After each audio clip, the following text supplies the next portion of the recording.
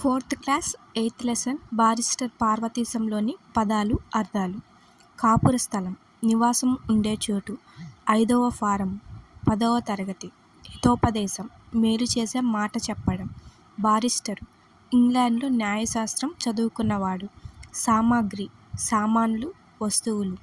దంతధావనము పళ్ళు తోముకోవడం. కచ్చికలు కాల్చిన పిడకలు. అంగవస్త్రం తువాలు. చాదు పిండితో తయారు చేసిన బొట్టు. దేశవాళీ దువ్వెన చెక్కతో చేసిన దువ్వెన. గార్డు కాపలా వ్యక్తి. ప్రాధేయపడితే బతిమాలితే. చెన్నపట్నం మద్రాసు చెన్నై. దొర తెల్లజాతి పురుషుడు. దొరసాని తెల్లజాతి స్త్రీ.